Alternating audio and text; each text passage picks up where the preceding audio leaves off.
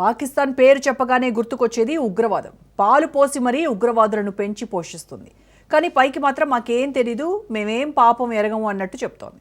లోపల మాత్రం చేసేవన్నీ చేసుకుంటూ వెళ్ళిపోతోంది. ఆఖరికి భారత్లోని మైనర్ పిల్లలను కూడా వదలటం లేదు. వారిని కూడా ఐఎస్ఐ ఏజెంట్లుగా మార్చి ఇండియాలో దాడులకు ప్లాన్ చేస్తోంది. ఇందుకు సాక్ష్యమే పాక్లో ఉగ్రముఠా లష్కరే తోయిబా హమాస్ నేతల సమావేశం.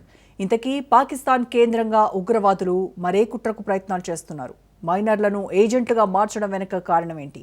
అసలు పాక్ ఎత్తుగడ ఏంటి? దాన్ని భారత్ ఎలా చిత్తు చేస్తుంది? పాకిస్తాన్లో తీవ్రమవుతున్న ఉగ్రవాద సంబంధాలు, లష్కరే తోయిబా హమాస్ కమాండర్ల సమావేశం, దాడులే లక్ష్యంగా కొత్త పంథాలో ఉగ్రవాద సంస్థలు, ఉగ్రవాద మద్దతు సంస్థలకు ఆశ్రయం కల్పించడంలో సుదీర్ఘ చరిత్ర కలిగిన పాకిస్తాన్లో తాజాగా మరో ఆందోళనకర పరిణామం వెలుగులోకి వచ్చింది. హమాస్, లష్కరే తోయిబా ఉగ్రవాద నేతలు ఒకే వేదికగా సమావేశమైన విషయం బట్టబయలైంది. ఇటీవల పాకిస్తాన్లోని గుజ్రాన్వాలాలో పాకిస్తాన్ మర్కజీ ముస్లిం లీగ్ నిర్వహించిన కార్యక్రమంలో Hamas senior commander Naji Zaheer, Lashkar-e-Taiba commander Rashid Ali సందూహ్తో కలిసి పాల్గొన్నాడు. ఈ కార్యక్రమాన్ని పాకిస్తాన్ మర్కజీ ముస్లిం లీగ్ నిర్వహించింది. ఈ రెండు ఉగ్రవాద గ్రూపుల మధ్య సంబంధాన్ని మరింత పెంచుకోవడానికి ఈ సమావేశంలో చర్చలు జరిపినట్లు సమాచారం.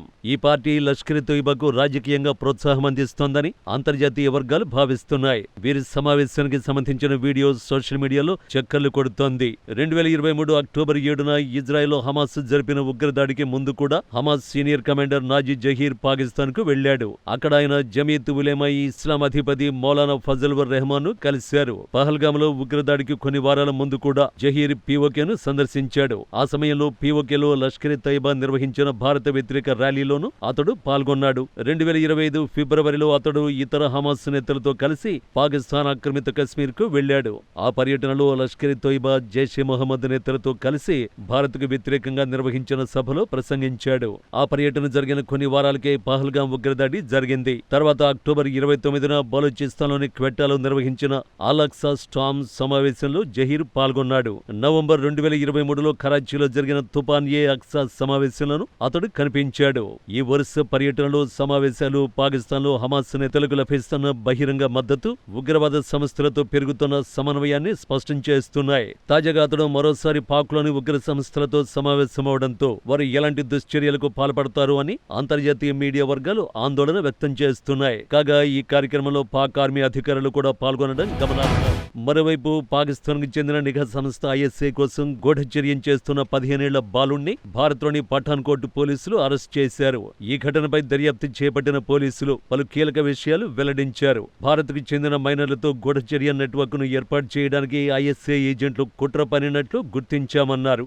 ఇందులో భాగంగా జమ్మూ కాశ్మీర్, పంజాబ్, హర్యానాకు చెందిన పలువురు మైనర్లను ట్రాప్ చేసి ఉగ్రవాదం వైపు ఆకర్షితులయ్యేలా వారు ప్రేరేపిస్తున్నారని తెలిపారు. ఇప్పటి వరకు హర్యానా, పంజాబ్కి చెందిన 12 మంది, జమ్మూ కాశ్మీర్ కి చెందిన 25 మంది మైనర్లను ఐఎస్ఐ ఏజెంట్లు ట్రాప్ చేసినట్లు గుర్తించామన్నారు. వారి కదలికలపై దర్యాప్తు బృందాలు నిఘా పెట్టినట్టు తెలిపారు. వీరంతా 14 నుంచి 17 ఏళ్లలోపు వారే అన్నారు. మొదట పాక్ హ్యాండ్లర్లు మైనర్ల ఫోన్లకు లింకులు పంపుతున్నారని, వాటిని క్లిక్ చేయగానే వారి ఫోన్లు క్లోన్ చేస్తున్నారని తెలిపారు.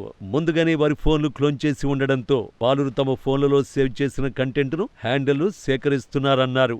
ప్రస్తుతం పోలీసుల అదుపులో ఉన్న బాలుడి ఫోన్ను స్కాన్ చేయగా అతడు పాక్ చెందిన ఐఎస్ఐ ఆధారిత ఏజెన్సీలు, ఉగ్రవాద గ్రూపుల నిర్వాహకులతో పలుమార్లు సంప్రదింపులు జరిపినట్లు తేలిందన్నారు. వారి సూచనల ఆధారంగా అతడు సైనిక స్థావరాలు వీడియోలు చిత్రీకరిస్తున్నట్టు, భద్రతా కాన్వాయ్ల కదలికలను లీక్ చేస్తున్నట్టు గుర్తించామన్నారు. ఐఎస్ఐ ఏజెంట్లతో సంప్రదింపుల కోసం అతడు ఎన్క్రిప్టెడ్ యాప్లను కూడా వినియోగిస్తున్నట్టు తెలిపారు. ఇటువంటి ప్రమాదకర ముఠాలు చేతిలో పడకుండా పిల్లలను రక్షించాలంటే తల్లిదండ్రులు తమ పిల్లల ఆన్లైన్ కార్యకలాపాలను నిరంతరం పర్యవేక్షించాలని సూచించారు. ఉగ్రవాద సంస్థలు ఐఎస్ఐ పాకిస్తాన్ సైనిక అధికారులకు దేశ భద్రతకు సంబంధించిన సమాచారాన్ని అందిస్తున్నట్టు సమాచారం అందిన తర్వాత పోలీసులు ఆ బాలుడిని అదుపులోకి తీసుకున్నారని పోలీసులు చెప్పారు. తన తండ్రి హత్యకు గురయ్యాడనే అనుమానం వచ్చి ఆ బాలుడు సోషల్ మీడియా ద్వారా పాకిస్తాన్ ఏజెన్సీల ఉచ్చులో పడ్డాడు. అది తనను మానసికంగా ప్రభావితం చేసిందని సూపరింటెండెంట్ ఆఫ్ పోలీస్ అన్నారు. పాకిస్తాన్ కి చెందిన హ్యాండిళ్లతో అతని కమ్యూనికేషన్లను అనుసంధానించిన నిఘా సాంకేతిక విశ్లేషణ తర్వాత మైనర్ ను అదుపులోకి తీసుకున్నట్టు తెలిపారు. విచారణలో ఆ బాలుడు ఒంటరిగా పనిచేయటం లేదని పోలీసులు గుర్తించారు. ఇంకా చాలా మంది పిల్లలు ఐఎస్ఐ కార్యకర్తలతో సంబంధాలు కలిగి ఉండొచ్చని అధికారులు అనుమానిస్తున్నారు. దీని కారణంగా రాష్ట్ర వ్యాప్తంగా ఉన్న పోలీస్ స్టేషన్లను అప్రమత్తం చేశారు. వివిధ ప్రాంతాల్లోని ఇతర పిల్లలను గుర్తించడానికి హెచ్చరికలు జారీ చేశారు. పాకిస్తాన్ లోపల మాత్రం ఇన్ని జరుగుతున్న పాక్ అధికారులు మాత్రం తమకేమీ తెలియదు, మేము పప్పు శుద్ధమన్నట్టు వ్యవహరిస్తున్నారు.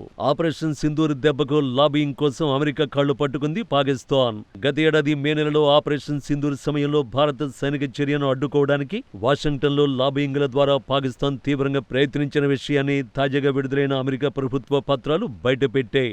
ఈ సమయంలో పాకిస్తాన్ దౌత్యవేత్తలు, రక్షణ శాఖ అధికారులు, అమెరికా ఉన్నతాధికారులు, చట్టసభ సభ్యులు, మీడియా ప్రతినిధులతో 50కి పైగా సమావేశాలు జరిపి భారత్ను నియంత్రించాలని కోరినట్టు ఆ పత్రాలు వెల్లడించాయి. ఏప్రిల్ 22, 2025లో జమ్మూ కాశ్మీర్లోని అనంతనాగ్ జిల్లా పహల్గామ్లో ఉగ్రదాడి తర్వాత భారత్ ఆపరేషన్ సింధూర్, భారత్ పాకిస్తాన్ మధ్య కాల్పల విరమణ ఒప్పందం అమల్లోకి వచ్చే వరకు ఈ ప్రయత్నాలు కొనసాగాయి. అమెరికా విదేశీ ఏజెంట్ల నమోదు చట్టం కింద విడుదలైన పత్రాల ప్రకారం పాకిస్తాన్ రాయబారి, రక్షణ శాఖ ముఖ్య అధికారి ఈమెయిళ్లు, ఫోన్ కాల్స్, ప్రత్యక్ష సమావేశాల ద్వారా 60 మందికి పైగా అధికారులను, మధ్యవర్తులను సంప్రదించారు. పహల్గామ్ ఉగ్రదాడి తర్వాత భారత్ చేపట్టిన సైనిక చర్యను ఆపాలని, ఈ విషయంలో జోక్యం చేసుకోవాలని అమెరికాను వారు కోరారు. ఈ చర్చలు కాంగ్రెస్, పెంటగాన్, స్టేట్ డిపార్ట్మెంట్, ప్రముఖ అమెరికా జర్నలిస్టుల వరకు విస్తరించాయి. పాకిస్తాన్ ప్రతినిధులు కశ్మీర్ వివాదం, ప్రాంతీయ భద్రత, అరుదైన ఖనిజాలు, ద్వైపాక్షిక సంబంధాల గురించి చర్చించారు. ఆపరేషన్ సింధూర్ సమయంలో పాకిస్తాన్కు చుక్కలు కనిపించాయి. నష్టం తీవ్రంగా ఉండడంతో ఏం చేయాలో ఆ దేశ పరిపాలకులకు అర్థం కాలేదు. ఒకవైపు మేకపోతు గాంభీర్యం నటించారు, కానీ వాస్తవ పరిస్థితి వేరు. అందువల్లే పాకిస్తాన్ రాయబారులు అమెరికా కాళ్లు పట్టుకున్నారు. చివరికి ఎలాగోలా బయటపడ్డారు. అయినా పాకిస్తాన్లో పరిస్థితి మారిపోలేదు. పాకిస్తాన్ తీవ్ర ఆర్థిక భద్రతా సంక్షోభంలో ఉన్నట్లు స్పష్టమైపోతోంది. దాడుల్లో ధ్వంసమైన ఉగ్ర శిబిరాలకు పాక్ ప్రభుత్వం సొంత నిధులతో మరమ్మతులు చేయిస్తోందన్న వార్తలు ఆ దేశ ద్వంద్వ నీతిని ప్రపంచానికి మరోసారి చాటి చెప్పే. యుద్ధం చేసే సత్తమాట పక్కన పెడితే భారత్ కొట్టే దెబ్బను తట్టుకునే కనీస సామర్థ్యం కూడా పాకిస్తాన్కు లేదని ఈ పరిణామాలు నిరూపించాయన్నది జాతీయ భద్రతా విశ్లేషకుల అభిప్రాయం.